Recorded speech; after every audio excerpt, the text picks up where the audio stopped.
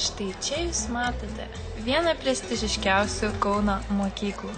Kiek čia daug galima pamatyti sportiškų jaunuolių. Kaip gražu, pagalvoju savo mintise. Visgi, kokia mes sportiška tauta. Forsai tokie gabūs, jie tokie stilingi ir originalūs, ar ne? Treningai iškilai, puiku. Treningai vakarėliui, patogu. Treningai susitikimams, praktiška. Treningai mokyklai, netgi taupu. Treningai pasivaikščiojimams, geriau ir nesugalvosi. Treningai oficialiems susitikimams, originalu. Štai čia, kaip tik matote, mūsų mokyklos pažibas. Tačiau nemažai ir nesusipratusio jaunimo, kuris kažkodėl nesižavi sportiniu stiliumi. Na, bet palikime juos kol kas ramybėje, o visus norinčius pabandykime atvesti į protą ir nuosekliai jiems paaiškinti, ką jie turi daryti, kad taptų forsu. Pirmas žingsnis – apranga. Jūs tik pažiūrėkite į mūsų modelius.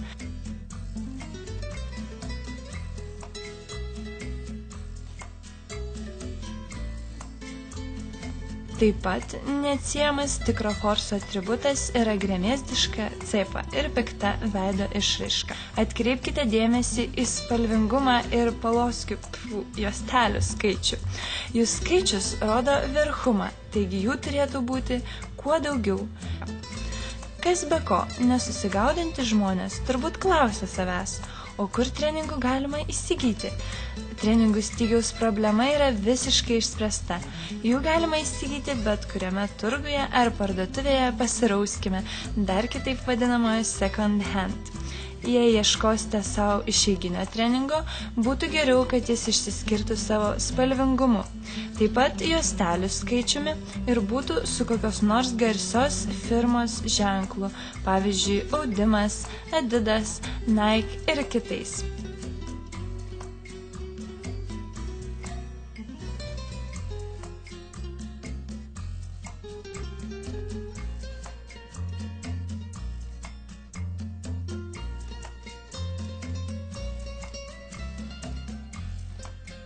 Na vat, štai čia jūs matote tiesiog idealų modelį jūsų pirmam treningui.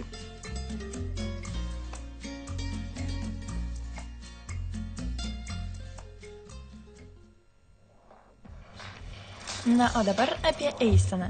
Forsų eisena irgi pilna įvairiausių subtilybių. Einant gatve rankų mostais reikia parodyti savo galią, bico apimtį. Labai svarbu rezervuoti kuo didesnį plotą aplink save. Tai reikalinga pademonstruoti, kokia jūs laisva ir nevaržoma asmenybė. Einant šaligatviu rekomenduotina rezervuotis 4 plyteles. Štai pažiūrėkite į mūsų manekeną, kaip tik 4 plytelės. Tik kojų neišskėskite per plačiai, kad nieks nepagalvotų, jog esate gaidys. Taip pat svarbus forsiško sveikinimosi procesas. Na, o dabar apie merginas. O, štai ir mūsų merginos.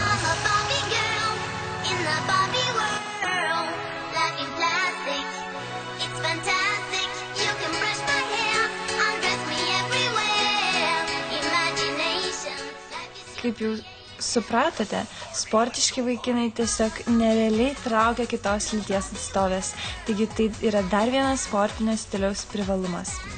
Dar vienas neatsiejamas forso atributas – cepocha. Na ir aišku, mobiliakas. Mobiliakas galėtų būti pirktas, tačiau su pirktu telefonu niekam nepadarysite įspūdžio. Vogtas – tai jau vertę turintis telefonas, nes tai rodo jūsų mikliapirštiškumą ir apsukrumą. Tačiau jūs net neįsivaizduojate, kokį įspūdį aplinkiniams padarytumėte su karosintu telefonu. Karosinimo procesas labai paprastas, dabar aš jums jį smulkiai ir atpasakosiu. Taigi, susirandate kokį nors netreninguotą jaunuolį, dažniausiai fiziškai silpnesnį, štai kodėl jam taip nepasisekė.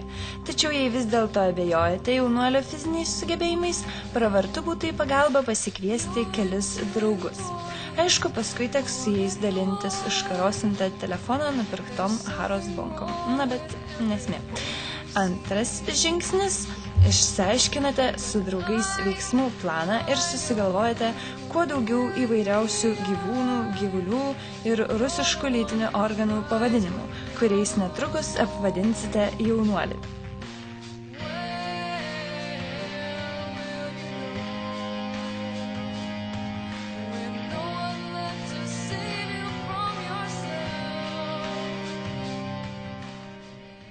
Tuomet prieinate prie jaunuolio ir užmezgate malonų pokalbį. Svarbu šnekėti neišraiškingai, atrodyti kuo grėsmingiau. Labai jaunuomenę veikia išmušti dantis, fanarai ir aišku dvokas iš burnos.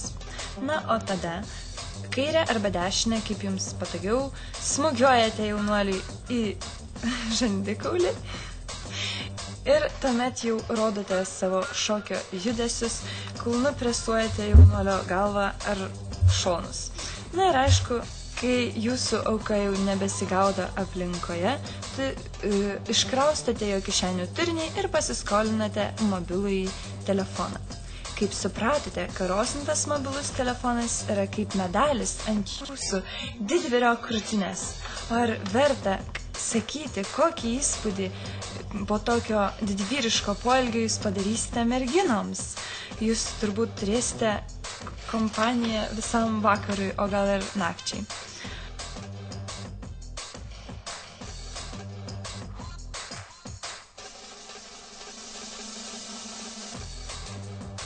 Na, dabar apie klausomą muziką. Svarbu klausyti kaimyninės Rusijos šlagerių su paprastu tekstu arba mūsų gimtosios šalelės dainininkų dainų su tokiu prasmingu tekstu kaip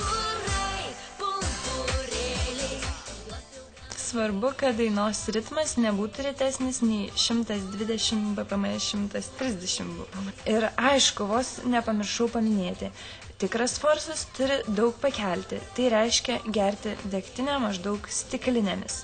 Ir gerti, aišku, per daug, kad organizmas priverstinai užmigtų.